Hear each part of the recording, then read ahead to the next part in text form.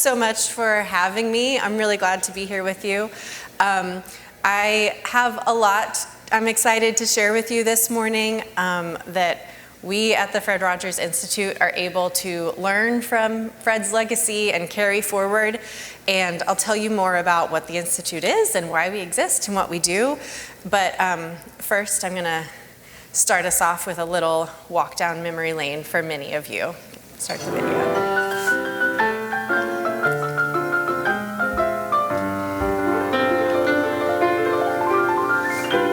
It's a beautiful day in this neighborhood, a beautiful day for a neighbor. Would you be mine? Could you be mine? It's a neighborly day in this beauty wood, a neighborly day for a beauty. Would you be mine? Could you be mine? I have always wanted to have a neighbor just like you. I've always wanted to live in a neighborhood with you. So let's make the most of this beautiful day. Since we're together, we might as well say, would you be mine? Could you be mine? Won't you be my neighbor? Won't you please? Won't you please? Please won't you be my neighbor? Won't you please? Won't you please?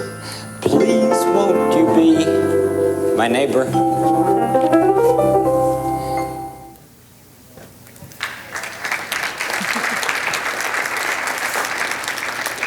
So I'm curious how many of you grew up watching Mr. Rogers' Neighborhood?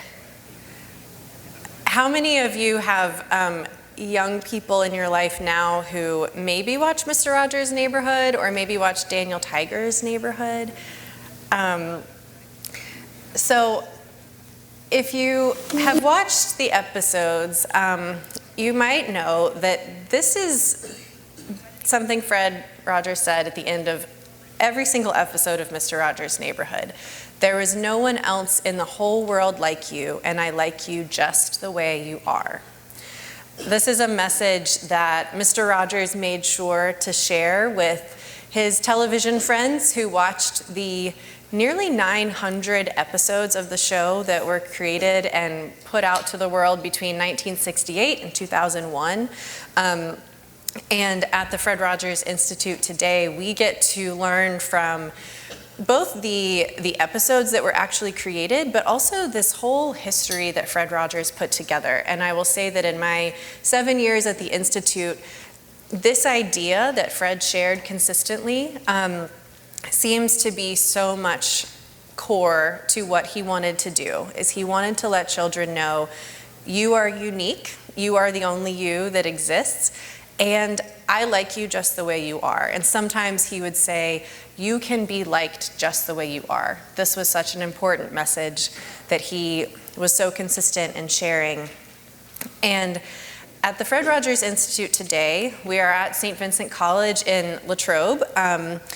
Latrobe is Fred's original neighborhood. It's where he grew up, and until he moved to Pittsburgh, where he created all of Mr. Rogers' Neighborhood.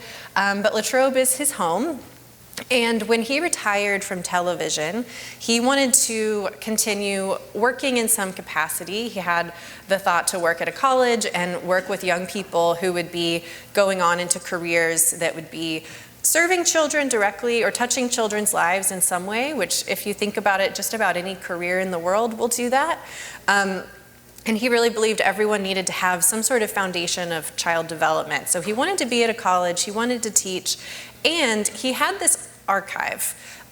He kept everything and saved it all. It was all these documents from the decades of creating Mr. Rogers' Neighborhood. And so he placed that archive at Saint Vincent College. So we have it today. And we have been saying for the last many years that we think we have about 22,000 items, but right now we're in the middle of a project to digitize all of it, to preserve those items and also make them more accessible, and it's a lot more than 22,000. I don't know what number it is. We'll see once we get it all actually scanned and in the digital system, but he we have all of the notes, the brainstorming kind of session notes. When he was thinking about episodes he wanted to create, he'd always pull out a yellow legal pad and a blue pen. And so we have all of those legal pads with his initial thoughts about what are the messages I want to share with children, and how is King Friday going to play a role in teaching that lesson. We have and then once it got to the script form, we have the drafts of the scripts with notes from him and other people in the margins about edits they wanted to make. We have all of the viewer mail that they received. It's thousands and thousands and thousands of letters from children and parents and grandparents and community members all over the country and even the world who wrote to Mr. Rogers, and we have copies of the responses that they sent back. And Fred himself did write a lot of those responses, especially early on. And then as the influx of letters got just so great, his very close partner and friend, Hedda Sherapin, who still is here in Pittsburgh and works with us, she would write some of those responses, but Fred always read them and signed them, or would ask her to make an edit if there was something he wanted to change before it went out. So we have all of this. We have his speeches. We have all of this documentation about how he did the work he did. And so at the Institute today, we focus our work on adults. We are interested in supporting the caring adults who are in professional or personal ways caring for and educating children. Of course, with Mr. Rogers' Neighborhood, we think about young children, but the people who connect to our programs and get involved in our initiatives actually work with young people across the age range. We have a large number of higher ed faculty members who come to us. So that's one interesting thing about Fred Rogers' work, is that as it grows, and of course so many of us still have the nostalgic connection to Mr. Rogers' Neighborhood, but there is this growing group of people who recognize that these messages that he taught through the episodes are really things that we can all learn from, no matter how old we are. And so our work is in supporting the adults who are in children's lives. And so I want to talk to you today about relationships and kind of walk you through a framework that we have from Fred Rogers' work. And I want to tell you about how we use it and how it's something that can be, I think, really, really helpful in all of our lives, regardless of what our profession is, regardless of if we have direct contact with children or not. And I'll start us off with this really important quote. Human relationships are primary in all of living. When the gusty winds blow and shake our lives, if we know that people care about us, we may bend with the wind, but we won't break. Fred Rogers really understood that relationships and connections are what matter for all of us as people. And I am really fortunate to get to be in this role and look at his legacy and think about ways to carry it forward, because he was a person in a time who did some really, really great work, and we can learn from that. And what's really exciting about his work is that it is so aligned with all of the new things that we are learning about human development, child development. This idea that relationships are primary is still what holds in all of the research that's being done. We keep learning over and over again that the people who have connections, the children who, even if they're going through traumatic events, if they have at least one person in their life who is consistent and caring, that's the element that will create resilience. And so as we talk about this kind of framework I'm going to share with you, it's all going to tie back to this idea of relationship and connection. So Fred Rogers, in addition to creating Mr. Rogers' Neighborhood, he wrote a lot of books. Many were for children and some were for their caregivers. So in 1983, he and his co-author Barry Head published Mr. Rogers Talks with Parents. And there's a chapter in this book where they're talking about kindergarten readiness. And of course, Mr. Rogers, being who he was, received all kinds of inquiries from parents about how do I make sure my kid is ready for kindergarten? What's really important about that? What can I do? There are episodes of Mr. Rogers' Neighborhood where they talk about being ready for kindergarten, but when he speaks to parents in this book, what he says is, I think there are actually 6 things that we need to focus on. There's 6 basic necessities that we all need for being able to learn and grow. And so, yes, ABCs and numbers, these are all things we think about initially when you're wondering about how to prepare your children to succeed in school. But he says, I would argue these are the 6 things that we should really be focusing on in our early years. And they are a sense of self-worth, a sense of trust, curiosity, the capacity to look and listen carefully, times of solitude, and play. And at the Fred Rogers Institute, for the past 5 or 6 years, we've been using this set of 6 ideas to frame a lot of our work. Because while Mr. Rogers was talking in this moment about very young children and what they need to be able to learn and grow as they enter into school, none of these things are things that we just check off by the time we reach 5. These are all big ideas that we are all growing in and working within for our entire lives. Our sense of self-worth is constantly evolving and growing. Our ability and interest in looking and listening carefully at the world around us is something that we can always be mindful of and come back to. Play is something we think about primarily for children a lot of the time, and I wonder how much it's something that we as adults give ourselves permission to do. So we've been framing our work around these 6 ideas, and one of our biggest initiatives at the Institute is called Educators' Neighborhood, and it's for educators, which we define very broadly, really anybody who's in some sort of field of working for children, young people, families. They join us for a whole year, and we spend a month talking about each of these ideas.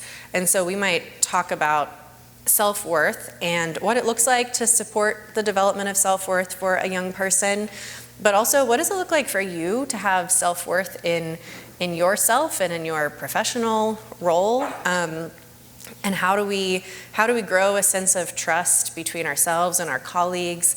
And so while these are so clearly from what Fred Rogers shared applied to children in those relationships, the more time I spend with these 6 ideas, the more I think that they are really important for all of us in any professional role or personal kind of element of our lives to think about and grow in. So we're going to talk about each of these. I'm going to share just some thoughts from Fred Rogers' words about what he said about each of these ideas.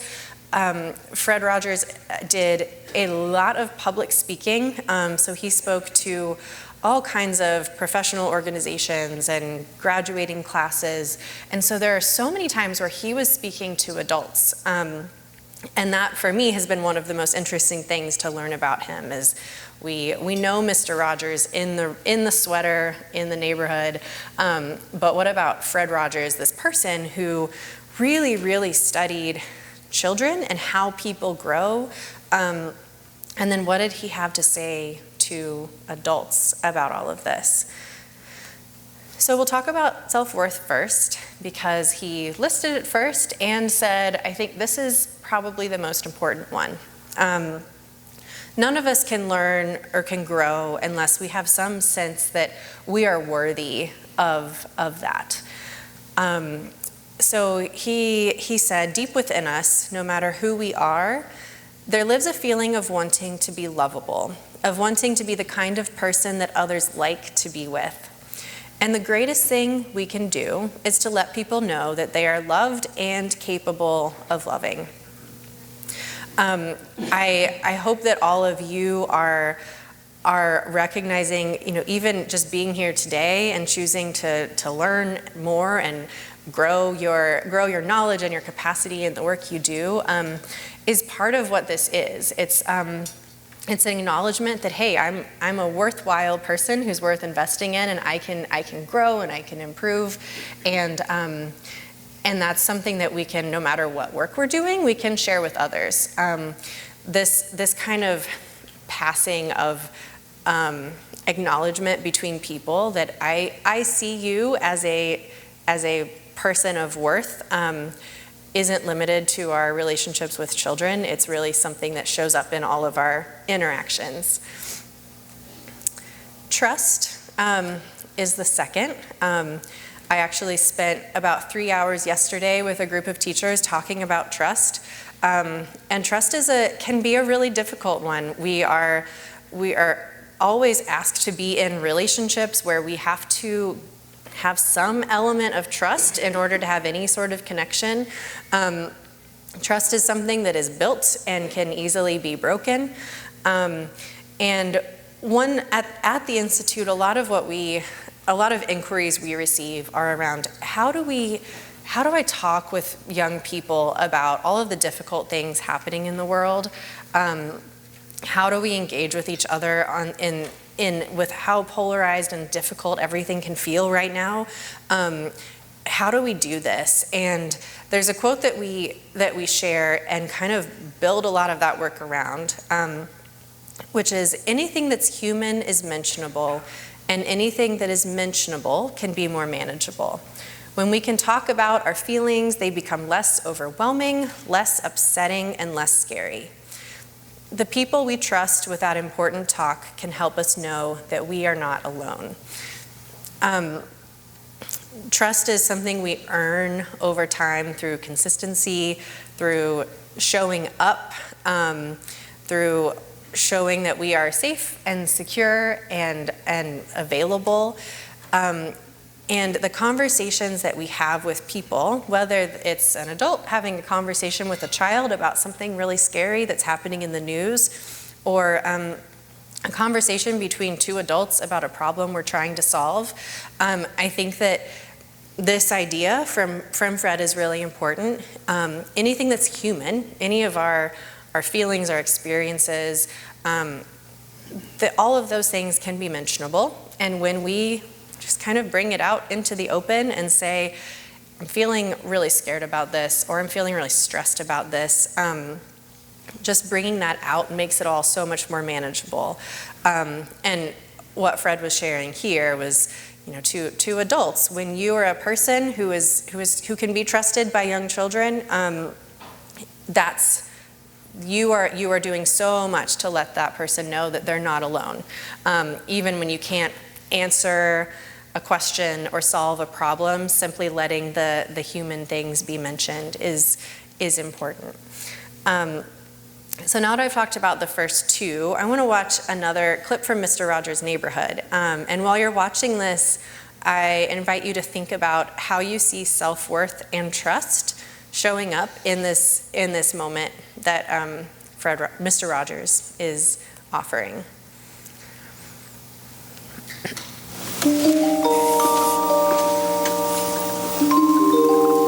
What are these that we take care of? We feed fish. That's part of our responsibility, to take care of the fish.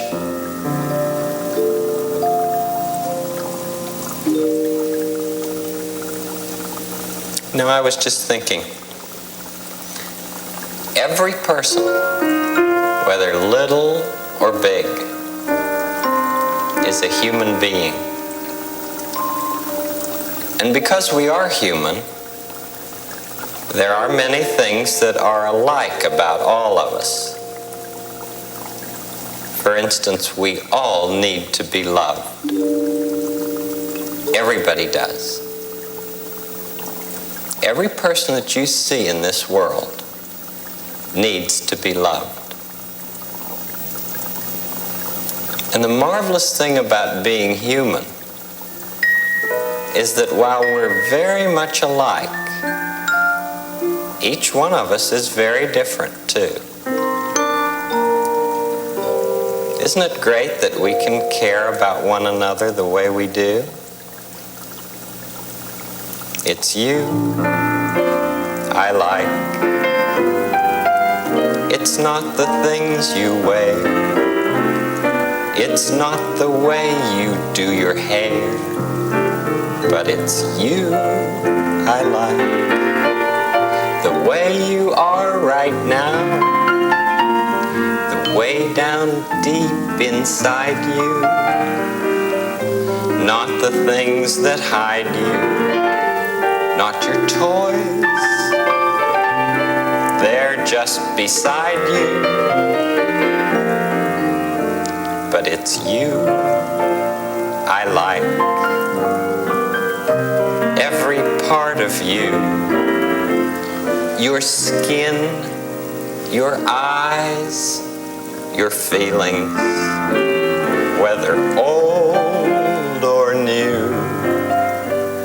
I hope that you'll remember, even when you're feeling blue, that it's you I like, it's you yourself, it's you, it's you I like.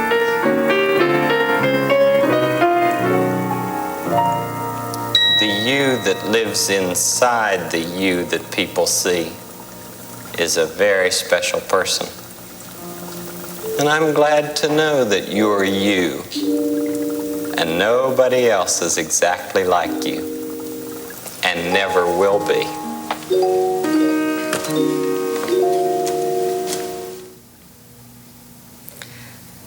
I'll share a few things that I notice. Of course, this song, It's You I Like, is probably the second most known and popular after Won't You Be My Neighbor, because it was one of the most used songs across the hundreds of episodes. Again, because this was such an important message that Fred Rogers wanted to share with his viewers. And at the end, he says, the you that lives inside the you that people see. Often when we're looking at this with educators, that's one of the first lines that's pointed out, that intentionality of saying it's not how you look, but it's who you are. He often would say too, I like you just the way you are, that kind of ending message. And in later years of the program, he actually started changing it to, I like you just because you are. So this song is such an important theme of his message. But I also want to talk about trust in Mr. Rogers' Neighborhood. Even people who didn't really watch the show too much are often pretty familiar with the taking off the jacket, putting on the sweater, putting on the shoes.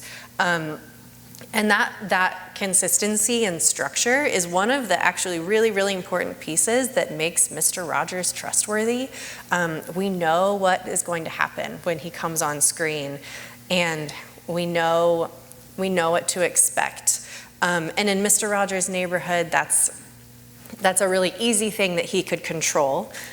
We can't always control that kind of thing in our lives. We can't have perfect consistency, but we can be consistent in the way we show up for each other, and that's what builds trust. And I want to talk about the fish, because the fish are a really important part of Mr. Rogers' living room. In this clip, he takes a moment and say we have a responsibility to feed the fish, and again, that's showing trust, it's consistency, it's doing what we say we're going to do, and he's also inviting the child into that moment of responsibility and including them. And there's a story I always like to tell that some of you might know. In the early days of the program, Mr. Rogers received a letter from a young girl who always watched every afternoon she watched Mr. Rogers' Neighborhood, and she was blind, and so she wrote this letter saying, Mr. Rogers, I know you have a fish in your living room because you've talked about your fish, but I'm a little worried about your fish. I want to be sure you're feeding your fish consistently, and I don't know for sure if your fish is being fed, so can you please confirm this for me? And from that episode on, he make sure to not only feed the fish, but say out loud that he is feeding the fish, so that she would know. And sometimes it's a whole moment like this, where he stops at the fish tank, we talk about the fish, and then sometimes he is just passing by. We're not spending any time with the fish, but he will just say, feed the fish. And that's just such an incredible example of how intentional he was with caring for these children who were participating in this program with him. So he thought so carefully about how to make himself trustworthy, and even in that response to this concern about the fish, he's letting that child know, hey, you matter. Your concern matters to me, and I'm going to do something about it. And what that must do for a young person's sense of self-worth to write in to Mr. Rogers, and then Mr. Rogers actually does something about it. That's a really powerful story. So to move on, curiosity is one of the fundamentals of learning and growing, which seems kind of obvious on the surface. Like we're not going to learn anything if we're not curious and trying to learn something new. This idea that it's all right to wonder is a really important theme across Mr. Rogers' Neighborhood, that wondering is important and good, and we don't have to know everything already. And I think that that's a really important message for us as adults. I mentioned Educators Neighborhood, and last year we actually had a group of people spent the entire year just talking about curiosity. And I learned a lot from them and from their discussions about how curiosity shows up for them as adults. And we talked about all the ways that we can sometimes as adults shut down our curiosity. And we talk about like where does that happen? Like when in our childhood do we start to kind of shrink our curiosity and not be so full of wonder? And I know for myself, I can recognize areas where I just, I feel like, yeah, I've learned about that. I don't really have a whole lot of curiosity, or even people in my life that I think I know this person really well, and it's easy to kind of let go of that curiosity. One of the most interesting things that I think I've learned from listening to these conversations about curiosity is that it's very tied to vulnerability. When we are curious, we're admitting at some level that there's something we don't know. And that might be really low risk. It might not be a big deal at all.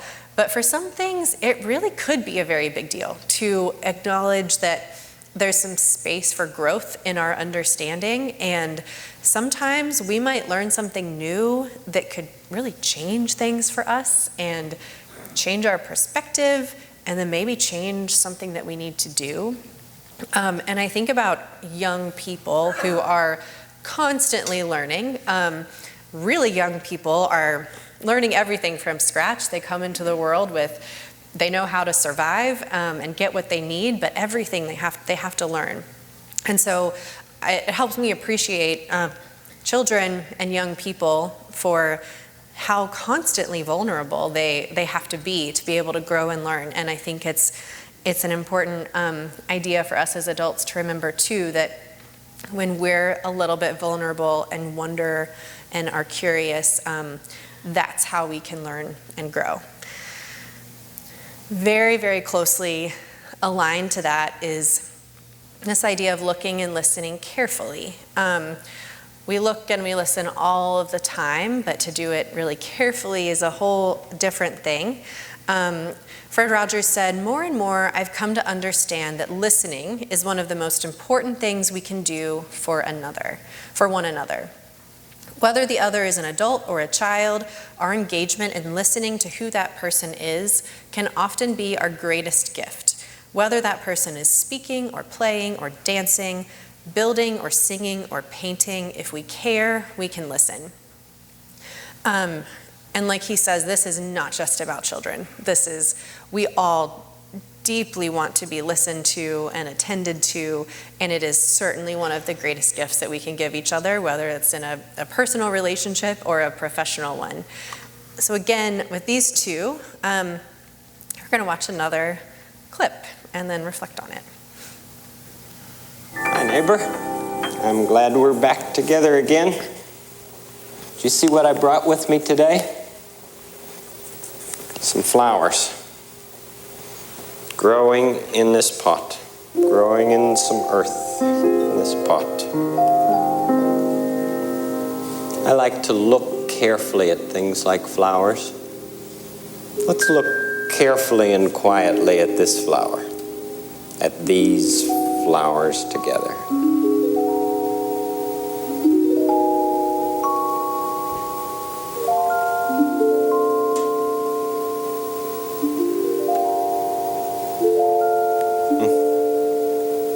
One day when I was a little boy, I was playing outside and I picked a flower from one of our neighbor's gardens.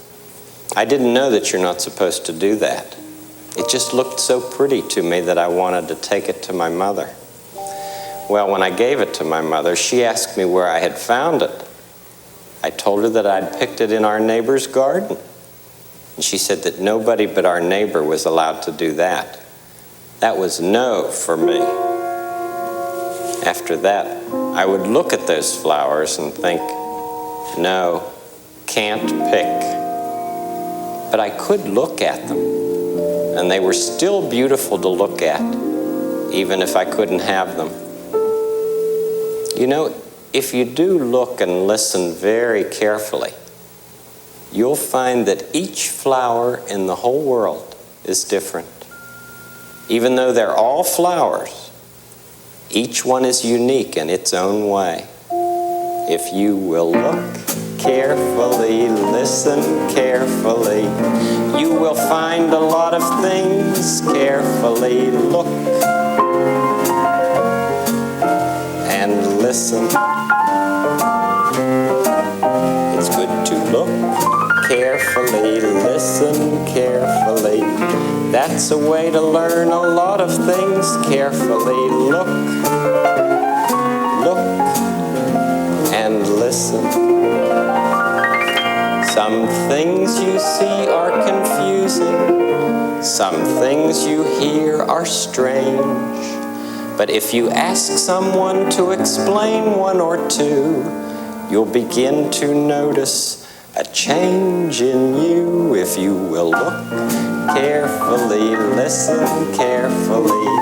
That's a way to learn a lot of things. Carefully look, look, look, and listen.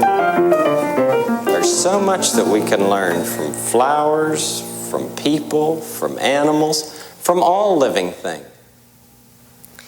He had a song for everything. And, you know, the beginning of this clip, when we're just spending several seconds silently looking at flowers, it's pretty impossible to imagine children's programming or like any media today doing that. Slowing down is not one of the 6 things that Fred Rogers listed, but slowing down is something that always comes up as what people notice about Mr. Rogers and the way he did his work is that he really slowed down.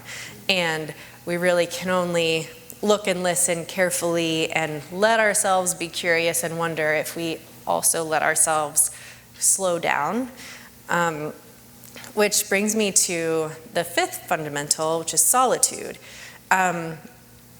Solitude means a lot of things, on first glance. Okay, solitude, being alone. But the way Mr. Rogers talked about it was a bit more expansive, and so I want to talk about solitude as more than just being alone and actually taking a chance to minimize all of the stimulation that is coming in for us there's always an opportunity to take in something.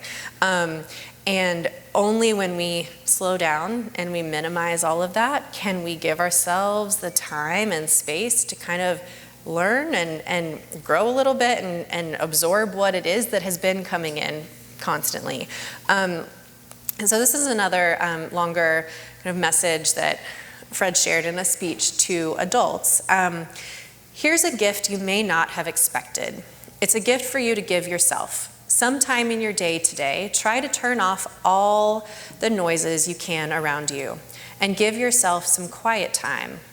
In the silence, let yourself think about something, or if possible, think about nothing. Most of us have so few moments like that in our lives. There's noise everywhere. There are some places we can't even escape it. Television and radio are probably the worst culprits. They are very seductive. It's so tempting for some people to turn on the television set or the radio when they first walk into a room or get in the car, to fill any space with noise.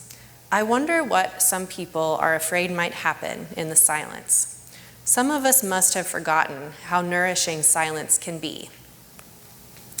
That kind of solitude goes by many names. It may be called meditation or deep relaxation, quiet time or downtime. In some circles, it may even be criticized as daydreaming. Whatever it's called, it's a time away from outside stimulation, during which inner turbulence can settle and we can have a chance to become more familiar with ourselves. How many times have you noticed it's the little quiet moments in the midst of life that seem to give the rest extra special meaning? So I hope today, at some point, you can find yourself a little bit of time like that, and maybe it's something that you can seek out in all of your days. Television and radio being the biggest culprits really shows the age of that quote, because now we know that's there is so much more that is competing constantly for our time and attention, and we really do have to work to pull ourselves away from that. Finally, I want to talk about play. Play is the work of childhood is a quote that is shared a lot of the time connected to Fred Rogers. But I want to tie play to our adult lives. One thing that Fred talked about is the connection between work and play. So he said, as work grows out of play, an attitude toward work grows with it. An attitude that may persist all through our work life. That attitude can have a lot to do with how we accept challenges, how we can cope with failures, and whether we can find the inner fulfillment that makes working in and of itself worthwhile. I think it takes real practice and intention for most of us in our careers to tie our work to play. So I'm curious, as you have the chance to think about that, what that might mean for you, and how you can be playful in your work. But in the meantime, I am going to give you an opportunity to play now.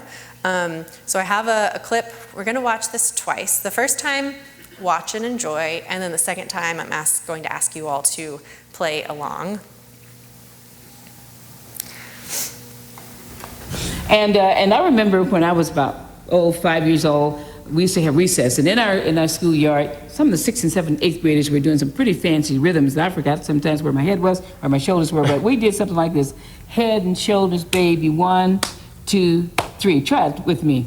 Head and shoulders, baby, 1, 2, 3. Head and shoulders, baby, 1, 2, 3. Head and shoulders, head and shoulders, head and shoulders, baby, 1, 2, 3. Now let's sing it.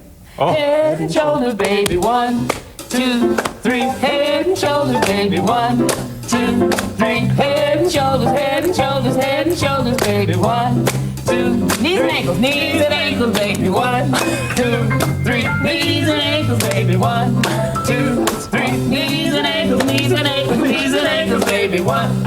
Ankles and toes, baby, 1, 2, 3. Ankles and toes, baby, 1, 2, 3. Ankles and toes, ankles and toes, ankles and toes, baby, 1, 2, 3. And the way we used to end it was like this: that's all, baby, 1, 2, 3, that's all, baby. 1, 2, 3, that's all, baby. 1, 2, 3.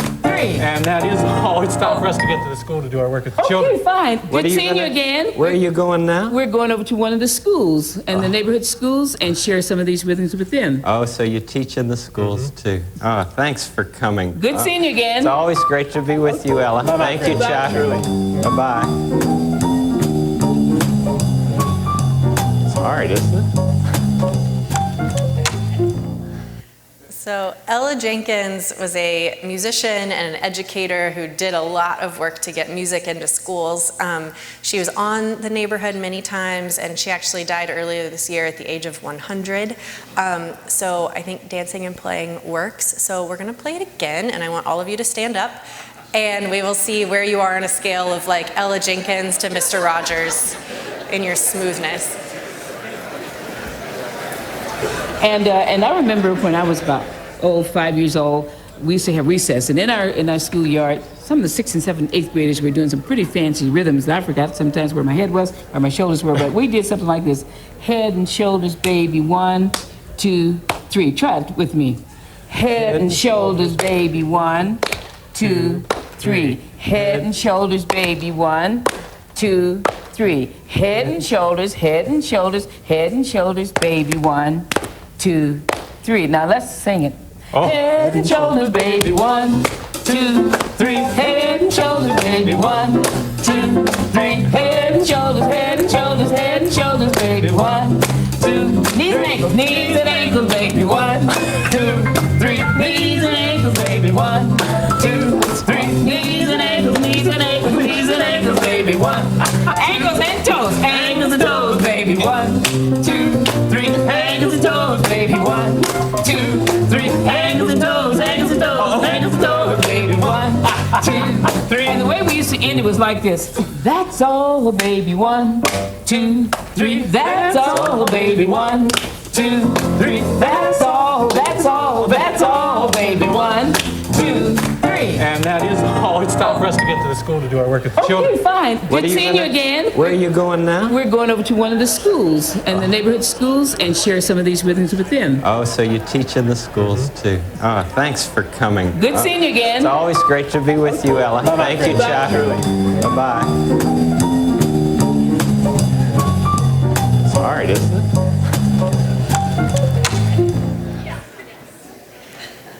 Beautiful, wonderful job.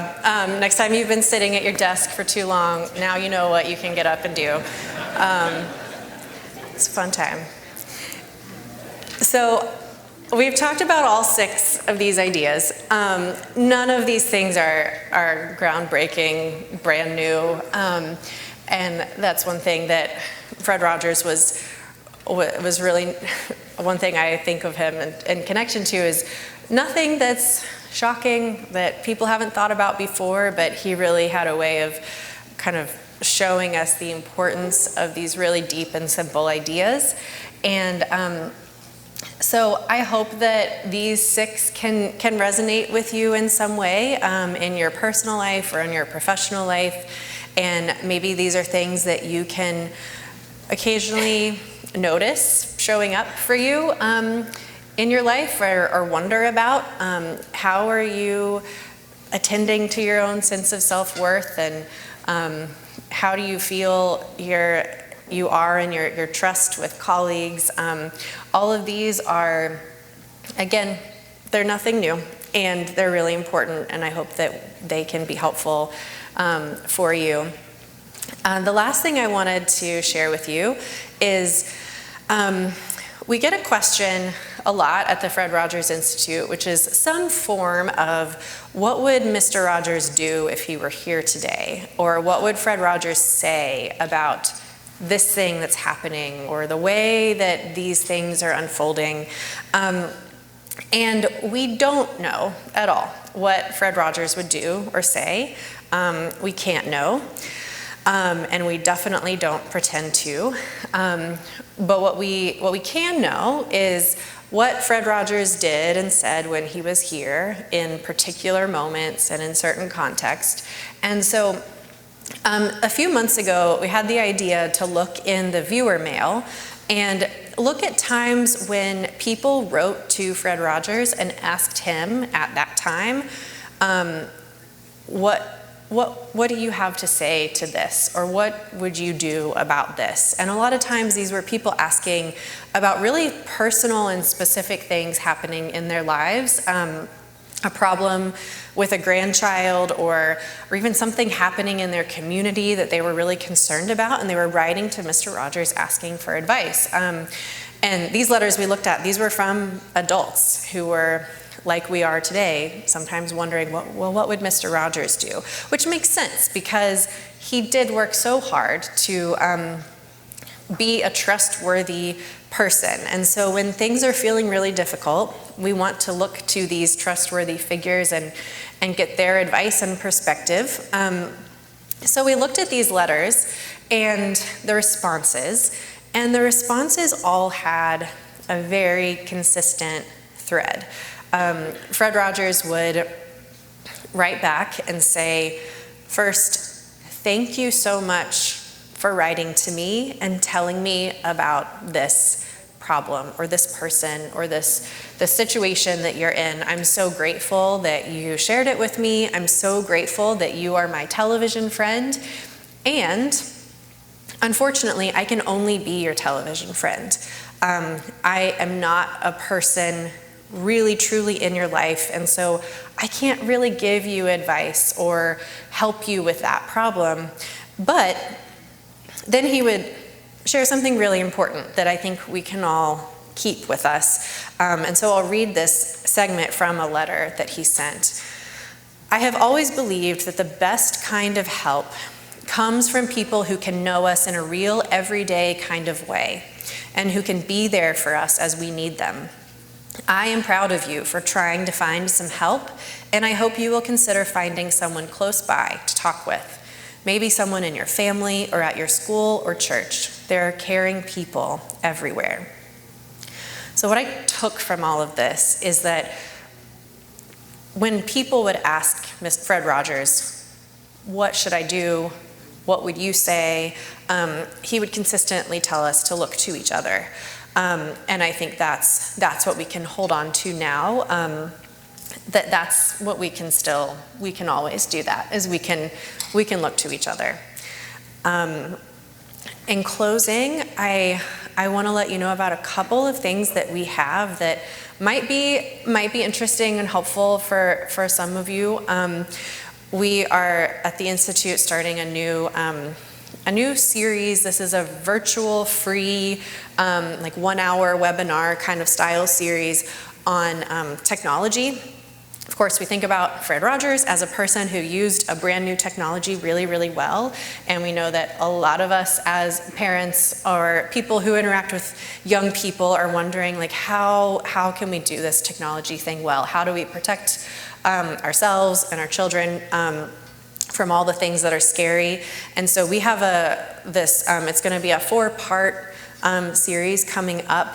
The overall title is Toward Intention with Technology, Engaging Technology with Curiosity and Meaningful Boundaries in Homes and Schools. And so if this is something that would be interesting for any of you personally, please join us. You can sign up under the events page at our website.